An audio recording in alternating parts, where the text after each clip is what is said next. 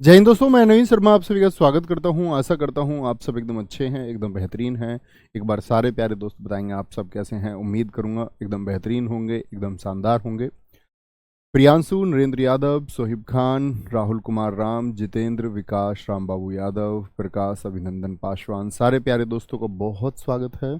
और दोस्त, आज हम एक नया चैप्टर शुरू करने जा रहे हैं जिसका नाम है शब्द रूप, यानी कि शब्द विचार, जिसमें हम जानेंगे कि शब्द और उसके भेद होते क्या हैं, शब्द होता क्या है। ठीक है, ये हम लोगों को जानना है। आप लोग भी अपने शब्दों में लिखने की कोशिश करें कि शब्द होता क्या है। क्या आप बता सकते हैं मुझे शब्द की परिभाषा क्या है? प्रयास कीजिए। तो हम चल रहे हैं आपका नए अध्याय की तरफ,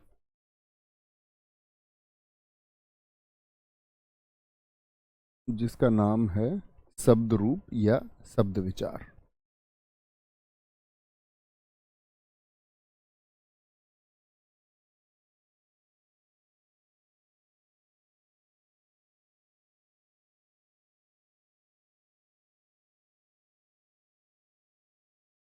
ठीक है जी, बड़े ध्यान से समझना और सीखना। देखो, कोई भी भाषा, जैसे कि मैं बोलूं, तो अभी मैं कौन सी भाषा बोल रहा हूं, तो आप कहेंगे जी आप हिंदी भाषा बोल रहे हैं। अन्य लोग अन्य भाषाएं भी बोल सकते हैं। तो जब मैं हिंदी बोल रहा हूं तो किसी भाषा को व्यक्त करने के तीन तरीके होते हैं। बताएंगे कौन कौन सा? एक तो मैं मौखिक बोल रहा हूं, एक मैं उस बात को लिख के भी आपको दे सकता हूं, और एक मैं संकेतों से, संकेतों के माध्यम से भी हम अपने शब्दों को व्यक्त कर सकते हैं। तो तीन तरीके होते हैं। कौन कौन से? ये कहीं किनारे पर लिखना, किसी भाषा को व्यक्त करने के तीन तरीके होते हैं। एक तो ओरल होता है, मौखिक, मुख से आप बोल सकते हैं। एक आप उसी बात को कि भैया आप ऐसे बोलते हैं पानी लाइए, पानी लाइए, तो वो तो मौखिक हो गया। आप उसको लिख के भी दे सकते हैं कागज पे कि भैया पानी लाइए। ठीक है, मौखिक हो गया, लिखित हो गया, और एक होता है सांकेतिक, कि संकेतों के माध्यम से इशारा करके आप बोल दो कि भैया रिश्तेदारों के लिए पानी ले आओ। तीन तरीके होते हैं। तो देखो, जो मौखिक तरीका है उसको आप कागज पे लिख नहीं सकते, बोलोगे। जो सांकेतिक है वो भी संकेतों का, उसका कोई मतलब नहीं। और जब हम हिंदी को सीख रहे हैं तो कैसा सीख रहे हैं? लिखित। तो किसी भी भाषा को व्यक्त करने के तीन तरह के होते हैं। ठीक है, क्या बोलेंगे? कौन कौन से होते हैं? मौखिक, लिखित और सांकेतिक। अब हम बात करेंगे सिर्फ और सिर्फ लिखित की, कि अगर हम किसी को लिख के दे रहे हैं तो भाषा, उस भाषा के तीन अंग होते हैं, लिखना है आपको। यहां से बात शुरू होती है। भाषा के, भाषा के की हिंदी भाषा की बात कर रहे हैं हम यहां पर। भाषा के तीन अंग होते हैं, तीन अंग होते हैं। वो तीन अंग नहीं है जो लिखे हुए हैं, कभी इनको तीन अंग समझ लो। ये है किसी भी भाषा को व्यक्त करने के तरीके, कोई भी भाषा हो, किसी भी भाषा को व्यक्त करने के तरीके क्या हो सकते हैं, यहां पर ये बात की गई है। ठीक है, आगे देखेंगे ध्यान से। मैंने बोला भाषा के तीन अंग होते हैं, और वो तीन अंग कौन कौन से होते हैं? जिसमें पहला अंग होता है आपका वर्ण, क्योंकि किसी भाषा को आप लिख के दे रहे हैं तो किसकी अक्षरों की जरूरत होगी या नहीं? भाई अंग्रेजी में भी ABCD की जरूरत होगी, लेटर्स की, या नहीं? हाँ जी, हिंदी में भी जरूरत होगी, हर भाषा में जरूरत होती है वर्ण। दूसरा होता है शब्द, वर्ण मिलके क्या बना देंगे? शब्द। और शब्दों को यदि मिला दिया जाए तो क्या बन जाता है? वाक्य, जो हमारा अगला अध्याय भी होगा, वाक्य। अच्छा मुझे बताइए, वर्ड की परिभाषा आप जानते हैं? अगर मैं आपसे पूछूं वर्ण क्या है तो आप जानते होंगे, ये मैं आपको पढ़ा चुका हूं। बताएंगे एक बार। यदि भाई साहब मैं आपसे पूछूं वर्ण जो होता है क्या होता है, आप कहेंगे भाई तीन है। कितने हैं? तीन है, तो वर्ण क्या हो गया? अच्छा मुझे बताओ, इन तीनों में सबसे छोटा कौन है? वाक्य छोटा होता है कि शब्द छोटा होता है या वर्ण छोटा होता है? तो यहां देखने की बात होगी कि किसी भी भाषा की सबसे छोटी, किसी भी भाषा की या किसी भी भाषा की बात नहीं करते, हम करते हैं सिर्फ हिंदी भाषा की बात। हिंदी भाषा की सबसे छोटी इकाई वर्ण है। हिंदी भाषा की सबसे छोटी इकाई, सबसे छोटी इकाई मित्र क्या है? वर्ण है। अच्छा जी, अगर मैं वर्ण की ही बात करूं तो आप बोलूंगा वर्ण का अपना कोई अर्थ नहीं होता। वर्ण का अपना कोई अर्थ नहीं होता। सबसे छोटी इकाई है और वर्ण का अपना कोई अर्थ नहीं होता है। जैसे दोस्त मैंने लिखा ए, मैं आपसे पूछूं ए का क्या अर्थ होता है? ए का क्या अर्थ होता है? क्या आप मुझे बता सकते हैं? या मैं पूछूं गे का अर्थ क्या होता है? ऐसे नहीं कि गे से गमला होता है जी, ऐसे तो गे से बहुत कुछ हो जाएगा। मैं आपसे कहना चाह रहा हूं इस ए का क्या अर्थ है और इस गे का क्या अर्थ है? बोलेंगे जी? बोलेंगे क्या आप जान पाते हैं इस बात को कि वर्ण का अपना अर्थ नहीं होता? तो क्या बोलेंगे? जी भैया, वर्ण का अपना अर्थ नहीं होता, लेकिन सबसे छोटा वही है। ठीक है, बात समझे? यानी कि हमारे द्वारा मुख से कोई वर्ण यानी कोई ध्वनि निकली तो वो वर्ण है, क ख ग घ अंगा ऐसे। अच्छा, वर्ण के बाद में क्या आता है? हमारा शब्द, जो हमारा आज का चैप्टर भी है। वर्ण मैं आपको पढ़ा चुका था, वर्णमाला हम पढ़ चुके हैं। अगर दोस्त मैं शब्द की बात करूं तो वर्णों के सार्थक योग से, सार्थक बहुत जरूरी शब्द है इसमें। सार्थक का मतलब होता है अर्थ सहित। ऐसा नहीं है कि आप अक्षर को कैसे ही लिख देंगे, वो अर्थपूर्ण होना चाहिए। क्या बोलेंगे? वर्णों के सार्थक योग से शब्द का निर्माण होता है। शब्द का निर्माण होता है, होता है। ठीक है, वर्णों के सार्थक योग से। सार्थक मतलब एक अर्थपूर्ण योग हो। ऐसा नहीं आप शब्द को वर्तनी दृष्टि से भी शब्द लिखना होगा, ऐसा नहीं कि कुछ भी लिख दोगे। जैसे मैं आपसे बात करूं आ धन धा धन ई, ठीक है, धन के धन ए, ये कुछ वर्ण हैं। इन वर्णों का हमने एक सार्थक योग किया, ऐसे नहीं कि किसी को कहीं भी लिख दिया। ठीक है, बोलेंगे जी? बोलेंगे। एक बच्चे ने कहा है जी ए का अपना अर्थ है तो सही, ए एक स्वर है। आप कुछ भी बोल रहे हैं मित्र, ए एक स्वर है, फिर तो आ भी तो एक स्वर है। ऐसे तो बहुत सारे अन्य स्वर भी हैं। मैं कह रहा हूं ए का अपना कोई अर्थ नहीं है, वह स्वर के अंतर्गत आता है, लेकिन स्वर उसका अर्थ थोड़ी है। ठीक है, बताएंगे क्या बनेगा जी मिलके। तो आप कहेंगे भैया ये बन जाएगा आ, धा में ई बना तो छोटा ई है, लघु ई आएगा, और के और ए मिलके क्या बनाते? अधिक बन गया, अधिक। ठीक है, अच्छा एक और योग करते हैं, सार्थक योग। रे आ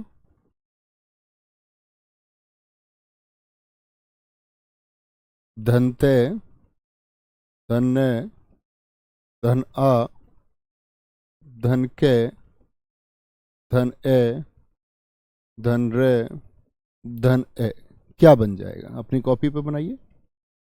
वर्णों के सार्थक योग से, वर्णों के सार्थक योग से। अब ऐसा नहीं है कि आप किसी को छोटी मात्रा कहीं पर बन रही है तो बड़ी मात्रा चढ़ा देंगे, वो आपकी गलती हो जाएगी। ठीक है, तो क्या कहेंगे मित्र? रा, सारे दोस्त बना के दिखाइए एक बार, कॉपी पे सही होना चाहिए। क्या बोलेंगे जी? रे में ए जुड़ा तो रे बना, पूरा रे हो गया, एक स्वर उसको मिल गया। भाई रे को एक पूरा स्वर मिल गया तो क्या बन गया? ये मैंने आपको वर्णमाला में सिखाया था, रा।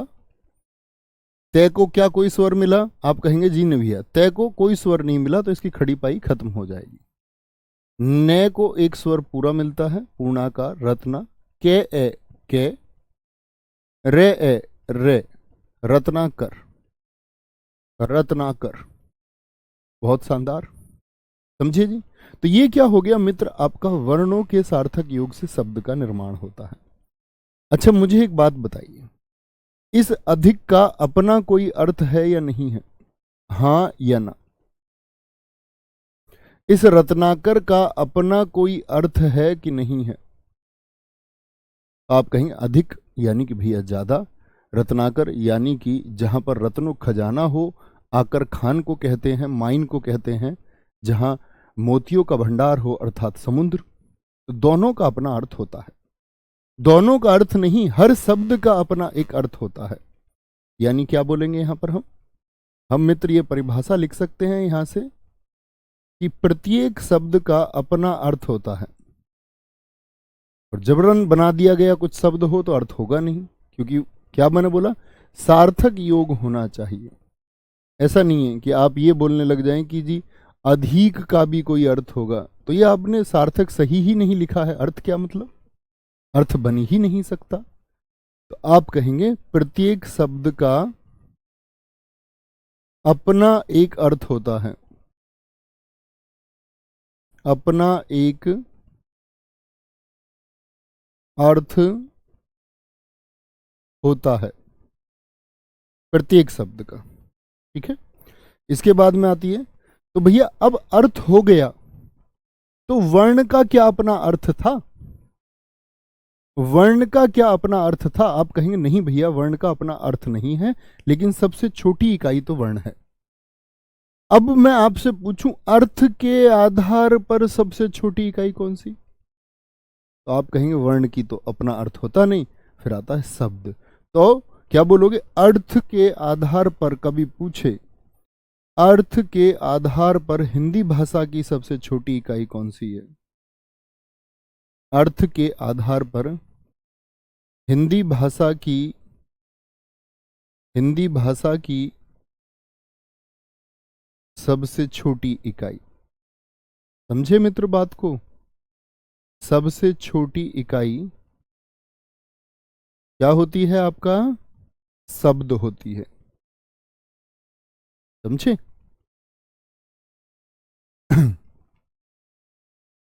वेरी गुड विशाल सोनकर जी, रोहित चाहर, वेरी गुड। तो कभी भी अर्थ के आधार पर पूछे तो वर्ण नहीं लिखना है, लेकिन इस शब्द को नहीं दिया हुआ, इन शब्दों को अर्थ के आधार पर ना पूछ के सिर्फ इतना पूछा हुआ हिंदी भाषा की सबसे छोटी इकाई, तब हम वर्ण उत्तर देंगे। लेकिन जैसे ही इस शब्द का, इन शब्दों का इस्तेमाल करेगा कि अर्थ के आधार पर, तो आप समझ जाएंगे कि वर्ण का अपना अर्थ नहीं होता, शब्द का अपना अर्थ होता है। तो सबसे छोटी क्या हो जाएगी? आपकी शब्द हो जाएगी। वर्ण शब्द हम आज पढ़ेंगे ही, कितने प्रकार के शब्द होते हैं आज और शायद कल, क्योंकि यहाँ से दो तक प्रश्न आपके पूछे जा सकते हैं, इवन 3 तक क्वेश्चन पूछे जा सकते हैं शब्द से। तत्सम, तद्भव, देशज, विदेशज, ठीक है, विकारी अविकारी हम पढ़ चुके, रूढ़, योग रूढ़, यौगिक, सब हमको यहीं पढ़ना है। और वहां से बहुत अच्छे शब्द शक्ति भी हम यहाँ पर पढ़ेंगे, लक्षणा आदि के बारे में भी हम जानेंगे यहाँ पर। ठीक है, आगे आते हैं। तीसरा कौन सा था हमारा? वाक्य। अब मुझे बताइए वाक्य यानी कि सेंटेंस किससे मिलके बनेगा? अब आप जानते हैं शब्दों के सार्थक क्रम से, शब्दों के क्रम सही होना चाहिए। ऐसा नहीं है किसी को कहीं भी रख दोगे, शब्दों के सार्थक क्रम से, शब्दों के सार्थक क्रम से नहीं, शब्दों के सार्थक क्रम के योग से, क्रम के योग से वाक्य का निर्माण होता है। वाक्य का निर्माण होता है। वाक्य का निर्माण होता है। देखेंगे जरा वाक्य का निर्माण कैसे होता है। मैंने बोला सार्थक क्रम का योग होना चाहिए। मैं बोल दूं मीना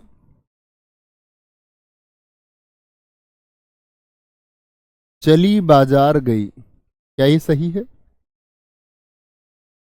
क्या ये आपको एक सार्थक क्रम दिखता है? भाई ये क्या है? शब्द है, इसका अपना अर्थ हो गया, शब्द अर्थ हो गया, बाजार शब्द है, वर्णों से मिलके बना है।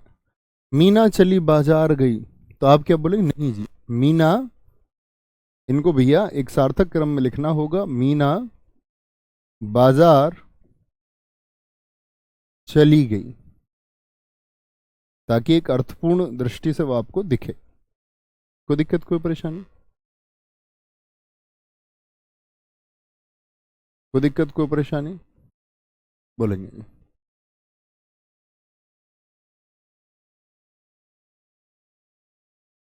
बहुत बढ़िया, बहुत शानदार। प्रताप जी अच्छा लिखा है एकदम। Shakil very good. सपना यदुवंशी बहुत शानदार बच्चे। बोलेंगे जी। क्या बात समझेंगे? ये क्या है, ये गलत है, और ये क्या है, सही है। ठीक है, इतनी बात में कोई दिक्कत? आगे आएंगे जी। तो कहने की बात है, हमने तीन चीजों को जाना, वर्ण को, शब्द को और वाक्य को। तीनों को आप समझते हैं। वर्ण को हम वर्णमाला में पढ़ चुके, वर्ण के कैसे भेद होते हैं, क्या स्वर क्या व्यंजन होता है, ये सारी चीजें हमने पढ़ी थी। तो हम पढ़ेंगे अब आपका आज शब्द को, और शब्द के बाद में फिर आपका अगला अध्याय हमारा वाक्य ही होगा। तो पहले शब्द को सुनिए।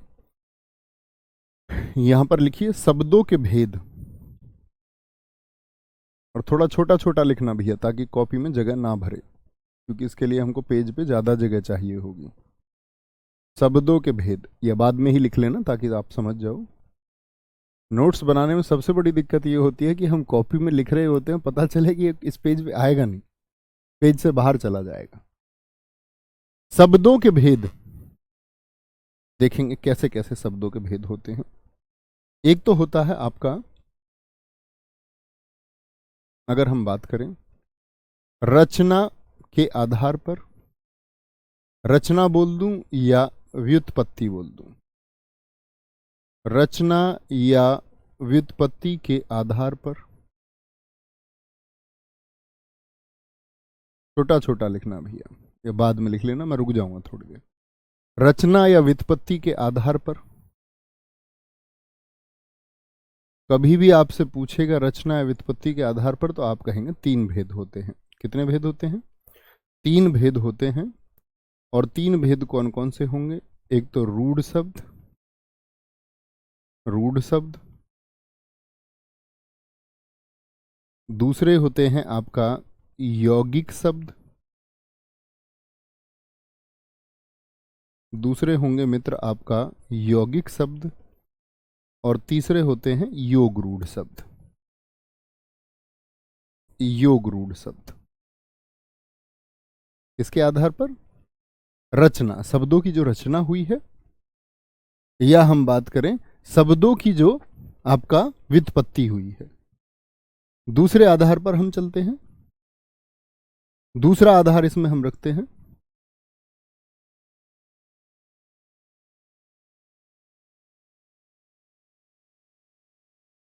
स्रोत या उत्पत्ति के आधार पर। स्रोत लिखा मिल सकता है आपको परीक्षा में, या उत्पत्ति भी लिखा मिल सकता है। स्रोत पूछ ले या उत्पत्ति के आधार पर।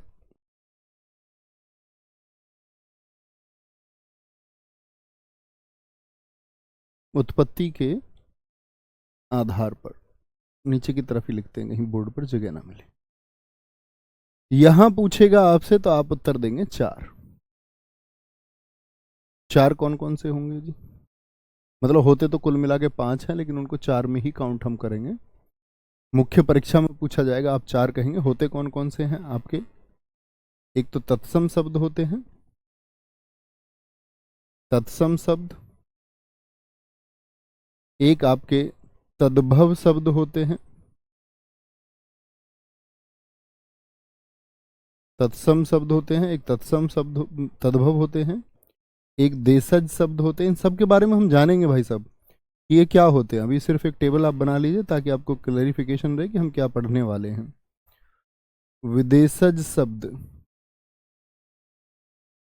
और आधुनिक हिंदी में कुछ शामिल हुए हैं, आधुनिक हिंदी में कुछ शामिल हुए हैं दोस्त आपका, जिनको हम कहते हैं संकर शब्द। लेकिन परीक्षा में 5 नहीं लिखने हैं, समझ गए मेरी बात को। परीक्षा में कितना लिख के आएंगे? परीक्षा में मान्य है स्रोत या उत्पत्ति के आधार पर 4 ही शब्द भेद होते हैं। किसके आधार पर? उत्पत्ति या फिर सोर्स के क्या बोलोगे? उत्पत्ति या फिर स्रोत, यानी कि सोर्स के आधार पर। ठीक है, इतनी बात में कोई दिक्कत? तीसरे होते हैं हमारे, तीसरे होंगे इसमें हमारे अर्थ के आधार पर, अर्थ के आधार पर, अर्थ के आधार पर, अर्थ के आधार पर कभी भी पूछेगा तो आप 2 कहेंगे। 2 कौन कौन से होंगे जी? 2 होंगे, एक आपके सार्थक शब्द, अभी मैंने बोला ना सार्थक क्रम से, सार्थक योग से, वैसे ही सार्थक शब्द यानी अर्थ होना चाहिए उनका। और दूसरे होते हैं निरर्थक शब्द, निर्धन अर्थक, क्या बोलोगे? जिनका कोई अर्थ ना हो, निरर्थक शब्द होते हैं। ठीक है मित्र, शब्दों के भेद में दोस्त फिर हम आएंगे आगे। एक भेद और होगा हमारा विकार। विकार को हम और क्या कह सकते हैं? परिवर्तन। विकार के आधार पर, विकार के आधार पर क्या बोलोगे? कि कोई विकार हो गया, या विकार को हम प्रयोग भी कह सकते हैं। विकार बोल दे या प्रयोग के आधार पर, बात एक ही रहेगी। ये हम पढ़ चुके हैं। विकारी शब्द, विकारी शब्द, और दूसरा आपका अविकारी शब्द। विकारी शब्द मैं आप लोगों से जानना चाहूंगा, एक बार आप मुझे बताएं सारे मित्र कि विकारी शब्द कौन से होते हैं। मैंने बताया था विकारी शब्द वे शब्द होते हैं जो लिंग वचन काल कारक की दृष्टि से बदल जाते हैं, जैसे संज्ञा, सर्वनाम, क्रिया और विशेषण। फिर हमने अविकारी शब्दों को भी पढ़ा, ये भी 4 प्रकार के थे, मुख्यतः 4 प्रकार के थे। क्रिया विशेषण अव्यय था, समुच्चय बोधक था, संबंध बोधक था और आपका विस्मयादि बोधक था। ठीक है, कोई दिक्कत, कोई परेशानी? बहुत बढ़िया। कोई दिक्कत, कोई परेशानी? समझे? कभी भी परीक्षा में लिखेंगे स्रोत के आधार पर कितना लिख के आएंगे? 4 लिख के आएंगे। होते कुल ये 5 है। आधुनिक हिंदी विद्वानों ने संकर शब्दों को भी शामिल किया, लेकिन उनको मुख्य भेद में शामिल नहीं किया जाता। मुख्य भेद में कौन शामिल होते हैं? 4 शामिल होते हैं। अच्छा, अब हम यहां क्रम से सीखना शुरू करेंगे। सबसे बड़ा टॉपिक इसमें होगा तत्सम तद्भव ही, और विदेशज शब्द थोड़ा बड़ा होगा, शायद एक ही दिन से ज्यादा भी लग जाए। आज में हम ये कर लेते हैं रूढ़ शब्द, यौगिक शब्द, योग रूढ़ शब्द, सार्थक और निरर्थक शब्द, वो हम पढ़ ही चुके। संज्ञा, सर्वनाम, क्रिया विशेषण और अविकारी अव्यय हम पढ़ चुके, और इसको हम छोड़ते हैं आगे के लिए।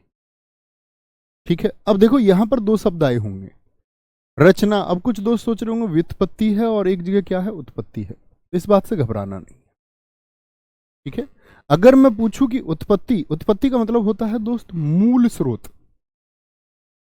मूल स्रोत यानी जैसे तत्सम है, तो तत्सम के शब्द संस्कृत से आए, उनका एक मूल स्रोत है। ये किस भाषा के हैं? ये आपका संस्कृत के हैं। और ये क्या बोलते हैं आपका कि भैया किससे आए हैं? ये आपका उत्पत्ति का मतलब होता है कि एक रूट सोर्स से आए, एक मूल स्रोत से आए हैं।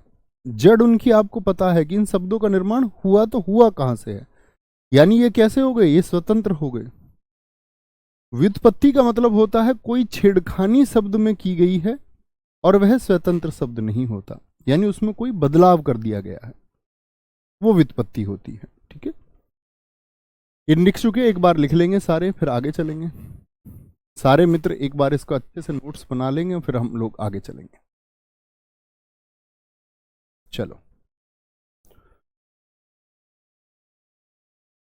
दोस्त, ध्यान से पढ़ा करो कृष्णा गुप्ता जी, ये नहीं कि हमारे यहाँ ऑफलाइन में ये बताया गया, आपके यहाँ ऑफलाइन या टॉफलाइन में क्या बताया गया उससे कोई मतलब नहीं है। जो होता है वो मैं तुमको बताता हूँ, जो होगा वो मैं तुमको बताऊंगा।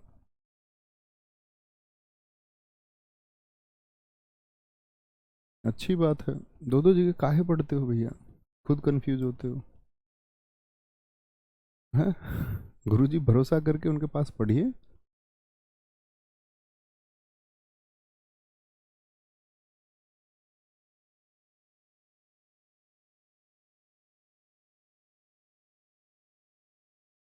बिल्कुल, लोकेश चौधरी जी बहुत अच्छी परिभाषा दी है।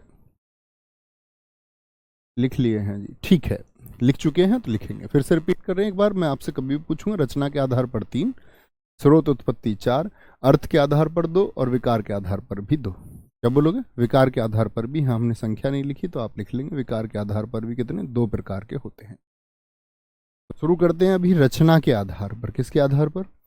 रचना के आधार पर। ठीक है, यानी जो स्वतंत्र नहीं होते। रचना के आधार पर अब बताएंगे कितने भेद होते हैं रचना के आधार पर। रचना के आधार पर शब्द के भेद। क्या बोलेंगे मित्र? आपका आंसर आएगा 3। 3 कौन कौन से 3 होंगे? एक होंगे रूढ़ शब्द, रूढ़ शब्द। ठीक है, दूसरे होंगे आपका, मैंने अभी बता ही चुका हूं, ये तो बार बार लिखने की जरूरत ही नहीं है, तो पहले इनको समझ ही लेते हैं कि रूढ़ शब्द होते क्या हैं। कि भाई साहब ये जो रूढ़ शब्द है ये दरअसल में होगा तो होगा क्या? लिखना, वे शब्द जिनमें जिनमें संधि, समास, उपसर्ग, उपसर्ग और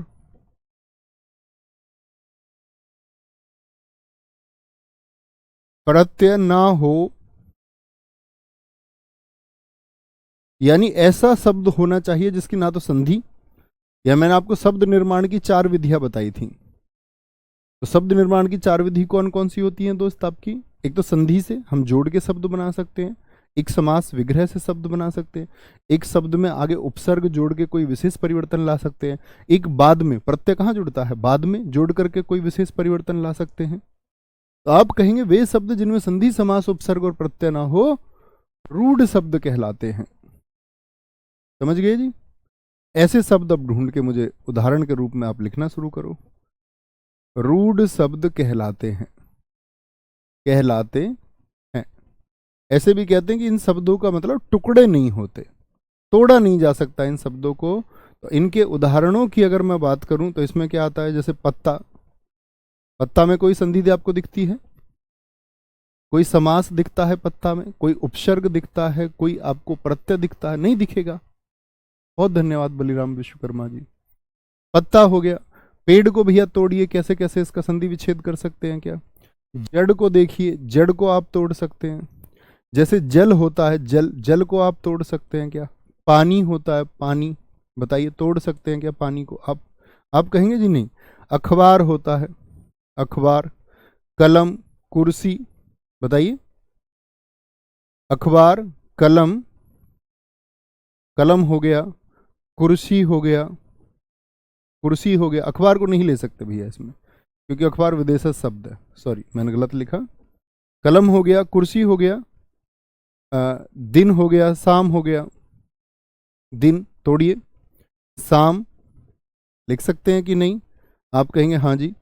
आम हो गया आम, गीता हो गई गीता, पुस्तक, ढूंढिए कोई संधि हो तो इसमें कोई समास हो, पुस्तक हो गया, और दूध लिख सकते हैं दूध, जमीन हो गया जमीन,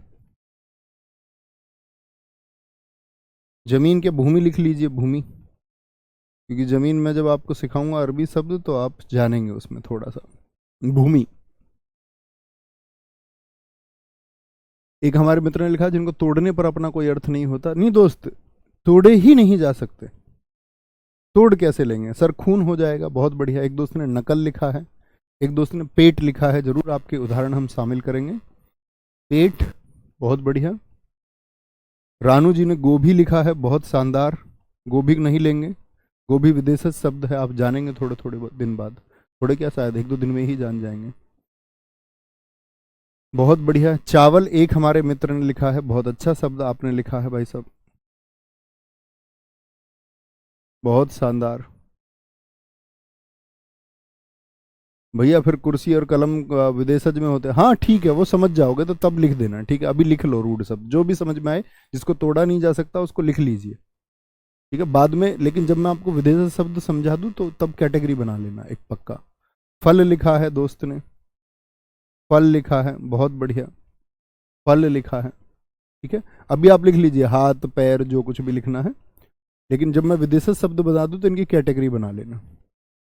तो रूढ़ शब्द समझ में आया, रूढ़ शब्द मित्र समझ में आया कि रूढ़ क्या होगा। तो आप देख के हम बता सकते हैं कि बड़े छोटे शब्द होते हैं ये, प्रकृति में छोटे ही होते हैं और इनको तोड़ा नहीं जा सकता, ठीक है। आंख बताया किसी ने, कान बताया, किसी भाई ने नाक बताया है, बहुत शानदार, आज बताया है। चलो जी आगे चलते हैं। लेकिन जो शब्द लिखो उसमें क्या नहीं होना चाहिए, संधि समास उपसर्ग और प्रत्यय नहीं होने चाहिए। दूसरे शब्द पे आते हैं। दूसरे कौन से बताए थे, यौगिक शब्द, यौगिक शब्द। अब मित्र यौगिक शब्दों को पहचानो क्या होते हैं। यौगिक शब्द होते हैं वे शब्द जो जो दो रूढ़ शब्दों से मिलकर बने हों, जो दो रूढ़ शब्दों से मिलकर बने हों। किससे मिलकर बने हों, वे शब्द जो दो रूढ़ शब्दों से मिलकर बने हों, ठीक है जी। दो रूढ़ शब्दों से, कैसे दो रूढ़ शब्द होते हैं, जैसे कि हम बात करते हैं आपका तू और पुत्र, भाई दोनों अलग अलग क्या है, रूढ़ रूढ़ हैं दोनों। सु और पुत्र, ये भी क्या है, एक रूढ़ शब्द है, और ये भी क्या है, पुत्र भी एक रूढ़ शब्द है। भाई ना इसमें संधि समास उपसर्ग प्रत्यय, ना इसमें। आप कहोगे भैया ये तो खुद एक उपसर्ग है। मैं कह रहा हूं कि शब्द में उपसर्ग ना हो तो वो रूढ़ के लिए। इसमें बताइए सु शब्द में कौन सा उपसर्ग है जी। आप कहोगे सु में, भैया जी सु ही उपसर्ग है, तो उपसर्ग तो शब्द के पहले जुड़ता है, तो बाकी शब्द कहां गया फिर। तो आप कहेंगे जी समझ गए बात को, यानी अकेला सु तो रूढ़ ही है। भाई मैं कहीं शब्द लिख देता सुपुत्र, मैं आपसे कहूं ये भैया रूढ़ में है, रूढ़ शब्द, आप कहोगे भैया आप गलत कहते हो। क्यों मैं गलत कह रहा हूं, क्योंकि रूढ़ शब्द में कभी भी उपसर्ग नहीं हो सकता, रूढ़ शब्द में उपसर्ग नहीं हो सकता, तो सुपुत्र में रूढ़ नहीं हो सकता। लेकिन मैं बोलूं सु में क्या रूढ़ है कि नहीं है, तो आप कहेंगे जी भैया, सु माने अच्छा, सु माने अच्छा, समझे। तो दो रूढ़ शब्दों ने मिलकर क्या बना दिया, सुपुत्र बना दिया। अब सुपुत्र में रूढ़ तो हो नहीं सकता, तो सुपुत्र क्या हो गया आपका, सुपुत्र हो गया आपका यौगिक शब्द। समझे भाई सब बात को, यौगिक शब्द, यौगिक शब्द हो गया। जैसे यहां पर हम देख सकते हैं आपका मित्र धनता, मित्र एक रूढ़ शब्द है, ता एक रूढ़ शब्द है, बताइए जरा क्या बना देंगे, मित्रता। प्रति एक रूढ़ शब्द है, अलग से देखें, और इसमें एक शब्द लगा दिया मैंने दिन, दोनों मिलके क्या बना देंगे? अलग अलग शब्द हैं भाई। मैंने बोला चंचल, धन, मन, दोनों रूढ़ शब्द हैं, मिलके क्या बना देंगे? दोनों को यदि मिला दिया जाए, जैसे मैं बोलूं उछल और कूद, दो शब्दों के योग से क्या बन जाएगा? क्या बन जाएगा? जैसे मैं बोलूं भाग, भाग दौड़, दोनों से मिलके क्या बन जाएगा? बताएंगे जी। भाग दौड़ हो गया। पीक, थूकने के लिए, पीक धन दान, क्या बन जाएगा?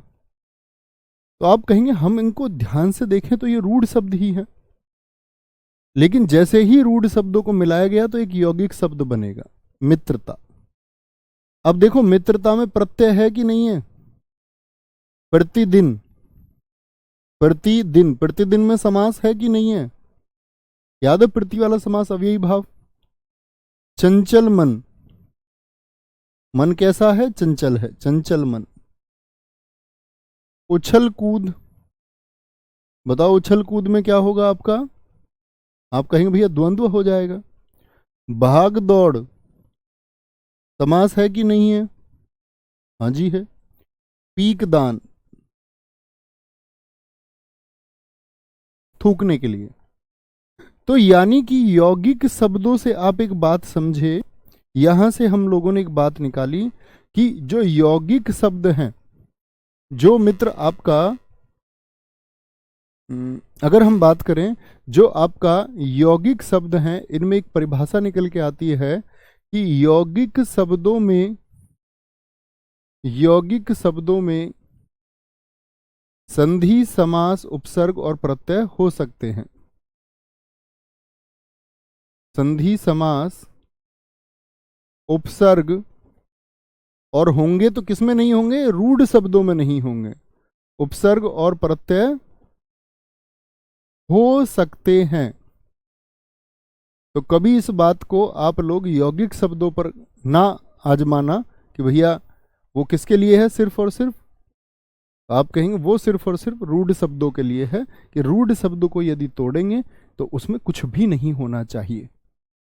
कुपात्र, कुशंग, कुलीन, वेद प्रकाश जी बहुत अच्छे शब्द लिखे हैं। स्नान घर लिखा है कई दोस्तों ने, कलम दवात लिखा है, ऊंच नीच कई दोस्तों ने लिखा है, प्रिंस शुक्ला जी, अवनीश कुमार, अभिषेक ओझा, रूबी केशरवानी, बब्बू, बहुत अच्छे उत्तर आपने लिखे हैं। खोदाम, प्रत्येक, वेरी गुड। तो यौगिक शब्दों में हो सकता है या नहीं हो सकता? तो आप कहेंगे हाँ। यहां पर एक नोट बना के लिख लेना। समास तो मैंने बोल दिया कि समास तो हो सकता है, नोट बना के लिखना, लेकिन बहुव्रीहि समास नहीं हो सकता। लेकिन बहुव्रीहि समास नहीं हो सकता। अब आपको क्रिस्टल क्लियर पिक्चर हो गई होगी कि भैया अब बहुव्रीहि कहां के लिए बच गया। तो नोट बना के इस बात को लिख लीजिए कि बहुव्रीहि समास, सारे समास हो सकते हैं यौगिक शब्दों में, लेकिन बहुव्रीहि समास नहीं होगा। तो भैया फिर बहुव्रीहि समास कहां जाएगा? Ankita Yadav ji, too much thank you बच्चे। आप लोगों की ऊर्जा है ऐसी, इसीलिए आप समझते हैं, फ्लो है वो आपका। ठीक है, कोई मैं विशेष नहीं हूं बच्चों, जैसे आप वैसा ही मैं। आप में से बहुत सारे बच्चे ऐसा होंगे जो मुझसे ज्यादा जानते होंगे, नो डाउट ज्यादा जानते होंगे। ठीक है, बस मैं एक माध्यम हूं आप तक चीजों को पहुंचाने के लिए, और आप उन सब चीजों को प्राप्त करने के लिए। बोलते हैं ना कि भाई आप जब मानते हैं तो फिर पत्थर से ऊर्जा मिलने लगती है। हम लोग तो ह्यूमन हैं, हम सब इंसान हैं। विशाल सोनकर जी, सत्यम तिवारी बोलेंगे, कोई दिक्कत? बोलो एक बार।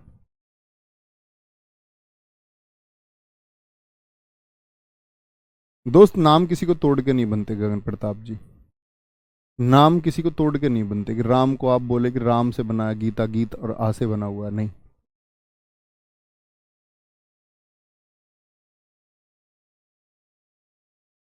कोई दिक्कत, कोई परेशानी? यौगिक शब्द हो गए। अब तीसरे शब्दों की तरफ चलते हैं। तीसरे कौन से हैं हमारे? योग रूढ़ शब्द। अब ये आपको बताना है, क्योंकि ये मैं आपको पढ़ा चुका हूं। मैं सिर्फ एक पंक्ति लिखूंगा और उदाहरण आपके देखना चाहूंगा कि हमारे छात्र जानते हैं या नहीं। योग रूढ़ शब्द कौन से होते हैं? वे शब्द जो किसी अन्य पद की ओर इशारा करते हैं, जो किसी अन्य अर्थ की ओर, किसी अन्य अर्थ की ओर इशारा करते हैं, अन्य अर्थ की ओर इशारा करते हैं। ठीक है, किसी अन्य अर्थ की ओर। तो भैया क्या बोलेंगे आप? भैया ऐसा तो होता था किसमें?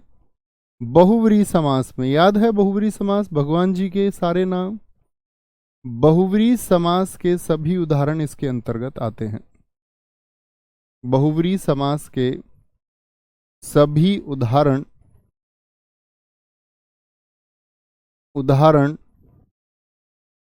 इसके अंतर्गत आते हैं।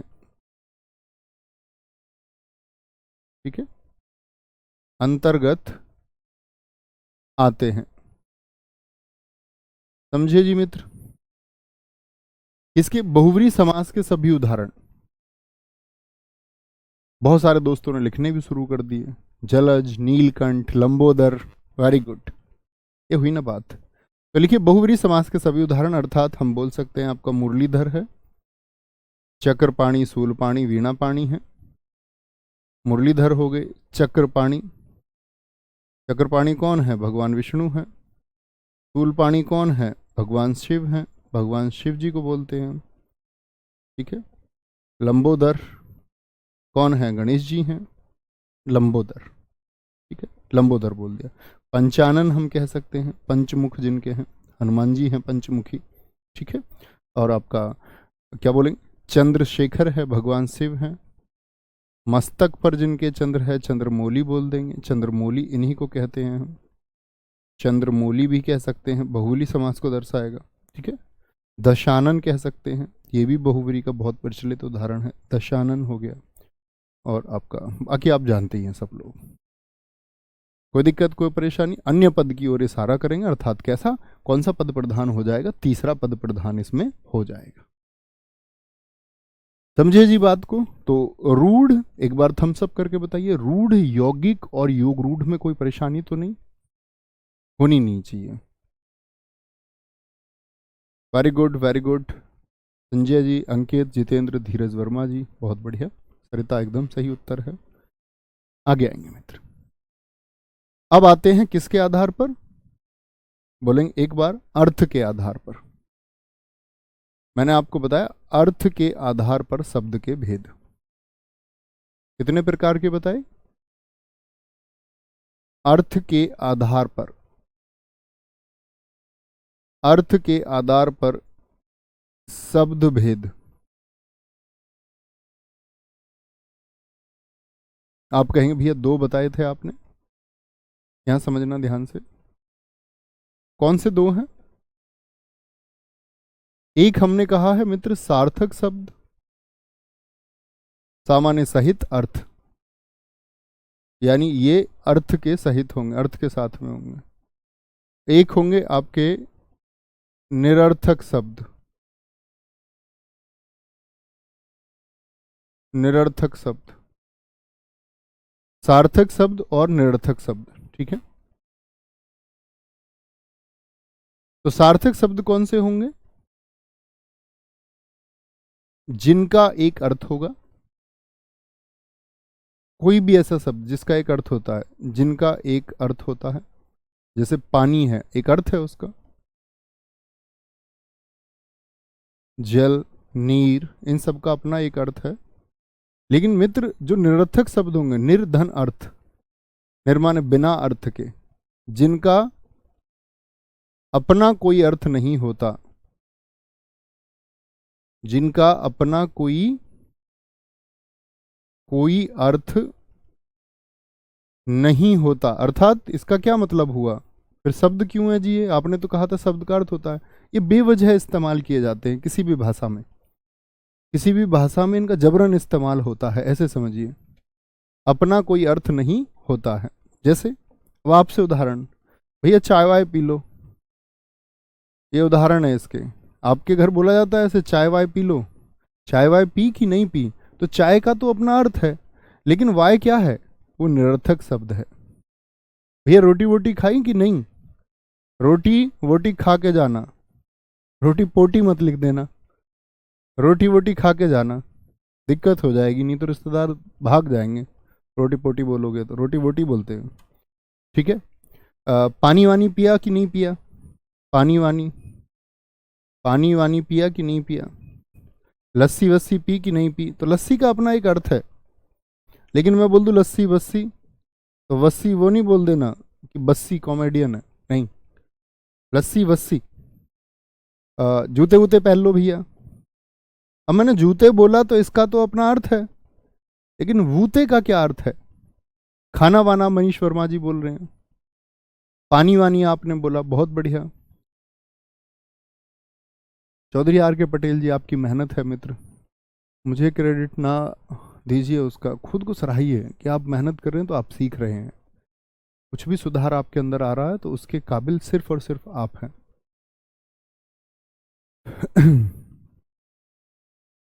सर बोटी का मतलब होता है, वोटी बोला है भाई साहब मैंने, बोटी तो बोला ही नहीं है, बोटी तो हड्डी को कहते हैं, वोटी है वोटी, इसका अपना कोई अर्थ नहीं होता। रोटी सोटी बोल देते हैं, हाँ पंजाब में बोलते हैं, हिंदी में कोई नहीं बोलता रोटी सोटी, गुरमुखी में बोला जाता है वो।